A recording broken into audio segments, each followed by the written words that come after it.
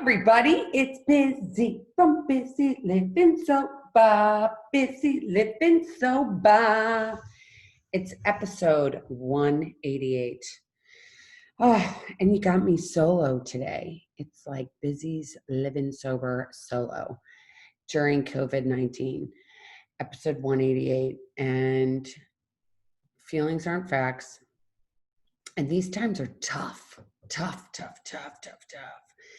And I put up a quote today on Instagram that made me think about life. And it's like, don't worry. And I'm going to paraphrase. It says, don't worry about life not being good today. It'll get better in the future. And it's so true. I mean, here we are. We're not going to live like this, I pray, forever, right? We all pray that this is not going to last forever. It's just going to be till it's supposed to be.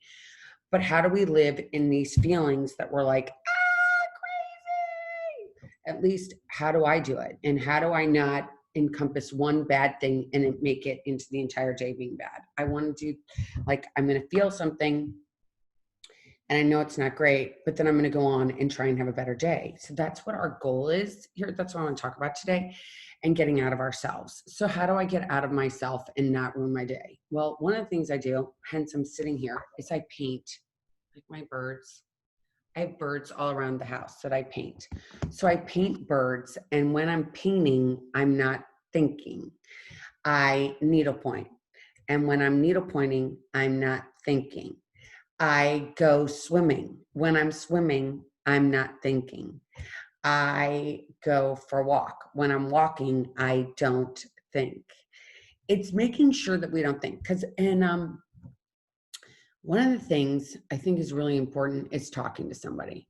And in 12-step programs, they say, go find someone to sponsor you. And you're like, okay, where am I going to go find a sponsor? That seems kind of intimidating. Like, I'm going to walk up to a grown woman, or I'm going to walk up to a grown man, and I'm going to say, can you sponsor me?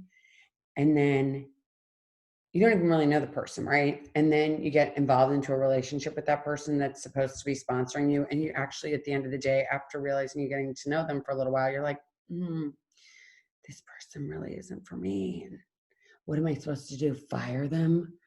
And you're like, last I checked, they're not on my payroll. So how am I going to fire them if I'm not paying for them? And it's not firing. It's saying what you mean and not saying it mean. And that's something that I've had to learn, which is really, really, really hard, right? How do I say something mean and not say something that I mean and not say it mean? It's really, really, really tough. So I've just branched out on a couple different subjects here. COVID, feelings, sponsorship, all this stuff. So all I want to do is I want to dumb it down right now. So I'm going to dumb it down to, here we are. We're like, I have a relationship with alcohol. Like, for me, if you have a relationship like I had with alcohol, and one wasn't enough, and neither was 47, because 47, I'd wake up and go, oh my God, what did I do last night?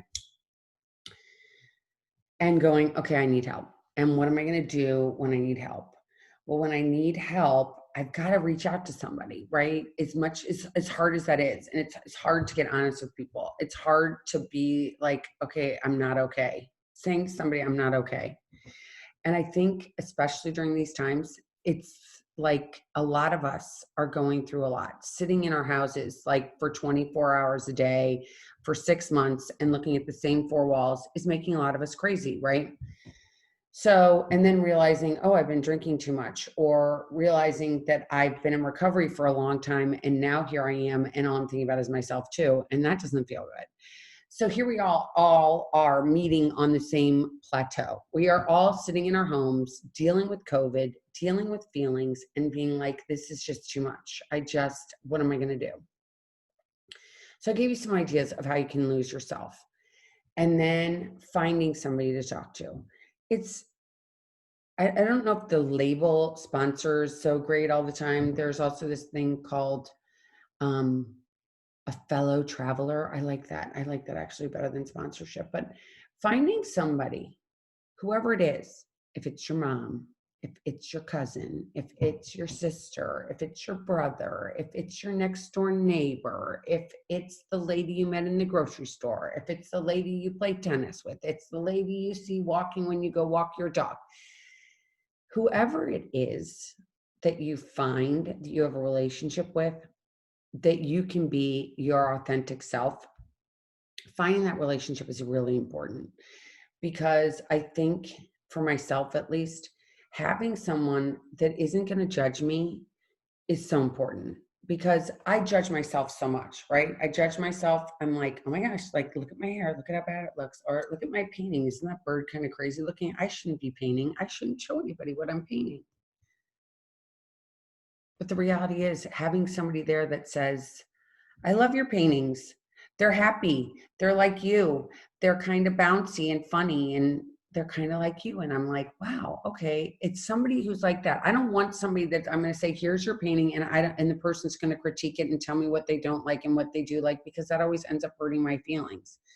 And as alcoholics, we are definitely more sensitive than most, right? We are sensitive people. I can speak for most of the people that I know that actually battle this disease, that they're sensitive. And so we don't want to open ourselves and be vulnerable to anyone. And so reaching out to help, find help with someone that you care about is important, right? It's important. I reached out, as I mentioned in past podcasts, I reached out to someone, a therapist that I'd never met before. And I was like, I need help because I'm in this head and it's driving me crazy. And I'm going spinning, spinning, spinning, spinning. And so I called somebody that I'd never met before, and I meet with her now regularly. And that feels comfortable to me too. It's like, well, I'm paying somebody to listen to me, and I know that, and maybe give me other suggestions, which works, right? Getting a coach. I've coached people for years, and it's definitely helped me. But if I coach other people, I need somebody to coach me too, right? I can't think that I'm going to be okay if I'm hearing everybody else's information and not reaching out for information myself. I need to do that. I need to do that. And finding like someone, if you decide to go to 12 step and you find a sponsor, it's like, find somebody that you can tell everything to. You can't text somebody and say, this is how I'm feeling, because at least for me, I obscure what someone's texted, right? So someone texts me something and I'm like, oh, look at what their text just said. It means this. I take like something that someone has said, they, their, them. No one texts like, I'm feeling this. Normally people text, hey, what's up? What does that mean? I could construe that what's up like, what's up? I don't want to talk to you. What's up? You're bugging me. What's up? I don't have time. What's up? Right? We can go back and forth of what the what's up or what the text message actually means. I think it is so imperative to pick up a phone. A phone, a phone, a phone. Call someone. FaceTime, brilliant. Zoom, brilliant. There's many, many different resources out there. There's Skype. There's something called webcam, I think. But reaching out to someone so you can hear their voice, see their eyes, have that feeling, that connection, is so important. Text messaging is words. Social media, words. They're photographs. The photograph, it took a millisecond to take that photograph, and whatever expression you see on someone's face in a social media post is not real, okay? It can be altered. The photo can get different things put on it, different filters. It's not real. It's not real. It's not like literally picking up the phone and talking to somebody and saying, hey, what's up? How are you doing? I really want to know how you're doing, not how you're kind of doing. I can't be honest with someone unless they're on the phone with me listening, right? We're listening, we're communicating back and forth. I say, how are you? The person then tells me, and then I say how I'm doing. It's that we need that human contact. And right now with COVID, the human contact is happening on Zoom. It reminds me kind of the Partridge Family. I think it was a Partridge. No, you know who else did it? It was the Brady Bunch. Remember they had the little squares, and there was like Marsha, Greg, Peter, Jan, Cindy. They were all in these, and then they had the mom and the dad and Alice, who was their housekeeper. They all had a little square. That's what I feel like Zoom is. We all have these little squares, and we all talk from the square, but it does connect me. but 1 hour a day isn't always enough. Sometimes it is enough technology, but then I do need to pick up the phone and continue talking to someone. If I have to check in with somebody and say, hey, this is what's going on and how am I doing? I can't really, I mean, I guess I could put emojis to go with my feelings, but let's face it, I don't feel like the emojis really do whatever I'm feeling justice, okay? A smiley face, or the guy with the tears running down its face, or the other laughing guy sideways. Like, all that does not give it justice. It does not make me feel like, oh my gosh, you know, oh, I feel better. No, it's like when I can tell someone, when those thoughts that I talk about that race in my head, if I can tell somebody else those thoughts, I can say, this is what I'm feeling.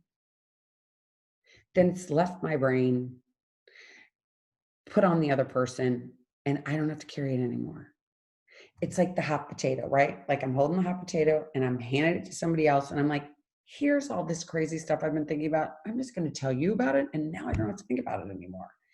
And it totally works. It's crazy being open and being able to let the thoughts go and then have somebody else listen to what your thoughts are. And maybe sometimes they'll give you your opinion. They might ask you, do you want my opinion of what you just said? And you can say yes or no. That is your prerogative. But taking the time to have somebody listen to you and then be willing to listen to feedback is huge growth. It is for me, at least, because I want to, if I hear somebody's opinion that I've asked to hear, it's it's it's my ability to be vulnerable, right? I can be vulnerable when I hear what someone else's opinion is. um I can take criticism, and I don't want to say it as criticism because criticism is such a negative word. I can take people's input and say, oh, wow, that's what this person meant. And this is what this person's talking about. And this is how I heard it. And a lot of times when I'm having a conversation with somebody, I say, wait a minute, this is what I heard. Is this correct? And then they tell me. And then I'll tell them something that's happened to me, because all I can do is share my experience, strength, and hope. And you might be like, what does that mean, experience, strength, and hope? So I can only tell somebody, like, if somebody tells me a story, for instance, that says, my kids just won't sit down. And I know this is not happening right now because I don't think a lot of people have homework right now. But my kids were little and they'd be like, I have homework to do. And I'd be like, oh my gosh, I had to sit there and deal with homework because my kids did not like to sit and do homework. And this person will tell me the story and get frustrated. And then they call me and they're like, what do you think I should do? My child doesn't want to do homework. And I'm like, well, this is what I tried that worked for me and what didn't work for me. But if I didn't call anybody to tell them that I was going crazy over this thing, then I just play that same tape over and over and over again in my head. It's like the dinner thing, right? The dinner thing is always a big thing for me. Like, what are we having for dinner? And now that we are living in this time where, yes, we can get takeout, but going to restaurants doesn't, at least for me, feel comfortable. I don't feel comfortable going to a restaurant. I'm looking at everybody, and talk about judgment. I have the judgment, who's wearing a mask, who isn't wearing a mask. Did that person breathe on me wrong? Is that person getting 6 feet closer than they're supposed to because we're supposed to have social distancing? Are they getting too close? Are they over there? Are they staying over there where they're supposed to stay? Oh my gosh, if I have to go use the ladies' room, who's going to be in there too? I find it more exhausting. So I'm home. So what are we having for dinner? And it was like when my kids were growing up, it's like chicken surprise again. I don't want to get frustrated over it. I want to have fun with it. And recognizing that I want to have fun with it. And if I talk to somebody and I say, oh my gosh, here it is, we're at dinner again. It's dinner. I have to make dinner. And they're like, really? This is what I made. And you're like, wow, you're making that. I've never made that before. How do you make it? And you get a recipe. By being available with other human beings and calling them on the phone, hearing them making the dinner, and they're like, oh, this is really hard. It's taking me 5 hours to make this meal. You might not want to jump into that. But if somebody's like, oh my gosh, I just made this meal and it took 2 minutes and I have everything I need just right here in my cupboard, they're like, sign me up. But when we don't like ourselves, we don't want to share with other people, right? When we aren't feeling good, when we feel sad, when we feel depressed, the last thing we want to do is pick up this phone. It's the last thing we want to do. We don't want to call anybody and say, you know what? I'm feeling like poop. I feel like all I do is think about myself. I don't want to call anybody and bring them down. I don't want to waste anybody's time. I don't want to wreck somebody's day. But a lot of times you're going to call somebody and the person on the other end is going to be so happy that you called because now they don't have to think about themselves. They get to think about you and they get to bring themselves to the table and be in a conversation with you that allows them to be of service to another human being. And you're like, of service? What does that mean? Well, like being able to listen to somebody is huge. Being able to take a deep breath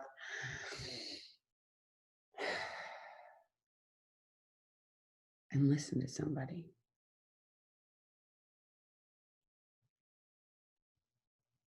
And listen for similarities because you're curious. Don't listen for a response that you're going to give. Don't pay attention just so that you can say something smarter to the person you're talking to.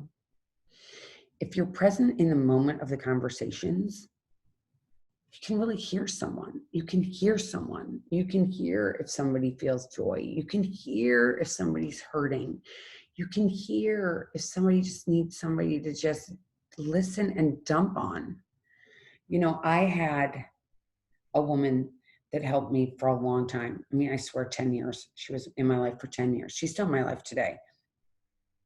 And I used to call her and throw up on her. And you must be like, did she really throw up on her? I don't mean I literally threw a projectile vomited on her. I really let everything that was going on between these ears out of my head and in my mouth and just spewed it everywhere. And I remember just feeling so much better after I hung up the phone. I don't know how great she felt, but I was like, wow, oh my gosh, I feel so much better now that I actually told you what's going on inside my head. And she would listen to me and I'd go on and on about this thing and that thing and this thing and that thing. And I think it would be like 20 minutes, maybe 15 minutes. And then she'd say, okay, now you're going to go make dinner. And I'd be like, oh, okay, I'm going to go make dinner now. Bye. And then I could get out of myself. But I think we all feel like that. You know, they're saying right now that it's not just the COVID that's killing people. It's our mental health, like us being stuck in our houses and not being able to talk and not being able to touch each other. I mean, I'm a toucher, I'm a feeler, and this sucks. I hate it. I have to tell you, I hate it because I just want to hug everybody. That's how normal I am. And I'm like, I touch people on the side, I touch people's arms. I'm like, hello, that's me. I get in people's faces, and now I can't do it. And it feels shitty. But what is the next best thing? Picking up the phone, calling someone, saying, this is what's going on with me. If it's alcohol that you are just like, I can't drink anymore, I hate myself, I wake up in the morning and I hate myself, then you might need to call somebody that you can talk to about, like, what do I do? If you don't know anybody sober, you can always write to me at bizzy@bizzyLivingSober.com. And I promise I will write you back. But reaching out and talking to somebody about how you're feeling and saying, you know what, I just think my relationship with alcohol might have gone to a place I'm not comfortable with. What am I going to do about that? How can I change that? How can I change that relationship? Maybe I shouldn't drink for a little while and see how that feels. I know it is way harder to quit drinking than one would think. It's hard, especially if you're in a relationship with somebody that, like, the only thing you have in common is that you both like to drink. That's really hard. If you live in a family, if your family's a bunch of big drinkers, that's really hard. And being by yourself and doing that by yourself, and that's how you've been getting through these pains and this fear that we're living through right now. It's tough. It is hard. It is hard. And somebody say to me, how did you do it? How did you have, like, well, we'll talk about my anniversary in a couple of weeks, because in a couple of weeks I'll have another big anniversary coming up. And people say, how did you do it? And I literally do it one day at a time. And I don't do anything perfectly about being sober besides not picking up a drink.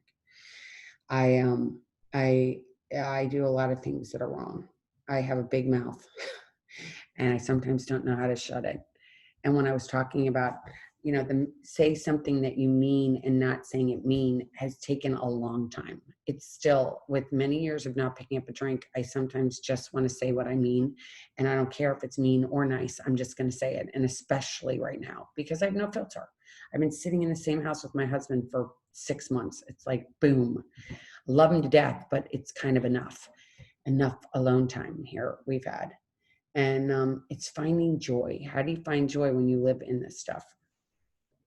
I got to reach out. I got to do things. I got to go get in my car. I got to go swimming. I got to go to the pool. Go to the golf course. Or just drive around. Just look at the trees. I swear, that makes me happy. Reaching out and calling somebody I haven't talked to in a really long time totally makes me happy. It's so nice to talk to people you haven't talked to, because then you can at least get into something that's going on in their life that you hadn't talked to them in so long. You're like, wow, you've been up to this, you've been up to that. Oh my God, I haven't talked to you in so long. I'm so happy to hear it. So taking that time to do those things. If you have always wanted to paint, start painting. Order supplies. You can have them delivered from Amazon, or you can go to the local paint store in your town, the art supply store, and you can order stuff and they will bring it out to your car and put it in your trunk. You could go to the needlepoint store. You can order stuff on eBay. You can do, there's so many resources to keep your mind busy. But I truly do believe the phone is the most important thing, and finding somebody that you can talk to and be honest with that's going to not judge you.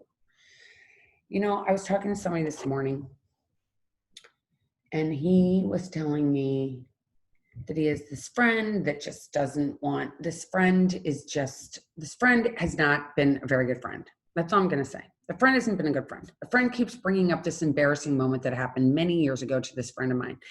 And he's like, I asked her to stop bringing up the story because it hurts my feelings. It makes me feel shame. We all feel shame, right? Like as alcoholics and addicts, we are so into the shame. We all feel bad, right? We feel bad about our drinking, anything to beat ourselves up. So she has this person, he reaches out to her, she asks him to stop bringing it up. He asks her to stop bringing it up. She can't stop bringing it up. So then the person, he decides that he's going to set a boundary and say, you know what, I can't talk to you for a little bit. And then she feels bad. I feel mean because I didn't want to do that. Well, guess what? Setting a boundary is huge. Setting a boundary for yourself is huge. And when you come from crazy families, like a lot of us do, a lot of us come from crazy families. So if we have a crazy family and we want to talk to somebody who's crazy, we can call our mother, our father, our sibling. We can do one of those things. But to have a friend, somebody told me the wisest thing. She said, you want friends that are balcony people. I said, what does that mean? A balcony person.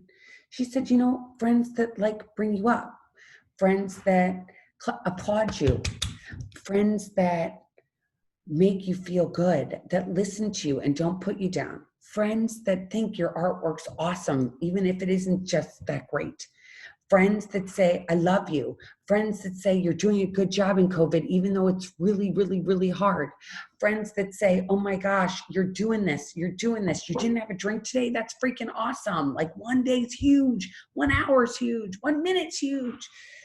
People that you bring you up and make you feel good rather than doubting yourself is who we need to surround ourselves with. And it's important to have a tribe that carries you, especially right now. People come in for a season and people come into your life for a reason and they leave for a reason. They come in for a season, they leave for a reason. I've had a lot of people, they say that you trim the fat. I had to trim fat of friends because it just wasn't working. I wasn't getting anything out of the relationship. And I was like, gotta go. One thing my mom said to me when I was a kid was that if when you die, you have 5 good friends, you're really lucky. And she's so right. So right. Right on. Because we don't have 10 billion friends that love us and know us and can be our balcony people. We can have 10 million acquaintances, but real friends, Not so many, not so many. And sometimes we need to trim the fat. And it doesn't mean we're mean, and we don't have to say it mean. But when it isn't working for us anymore, and we find that we're feeling worse after we talk to people, then maybe we shouldn't talk to those people. Because falling in love with ourselves is the number one thing about getting sober. It's like we have to forgive ourselves for having this disease, because society says we're a piece of shit and we're disgusting and horrible people, but that's not true. That is not true. We have a disease called alcoholism. Unfortunately, no one brings us casseroles. You know, people are kind of like, oh, my person's an alcoholic. It's like something like, I don't believe in that shame. I think that if you're sober today, give yourself a hand, because this is huge. Getting through this pandemic without drinking is huge. You owe it to yourself. Like, you are amazing. You have to know that. It is amazing to take this time. And we don't need negative Nellies in our life.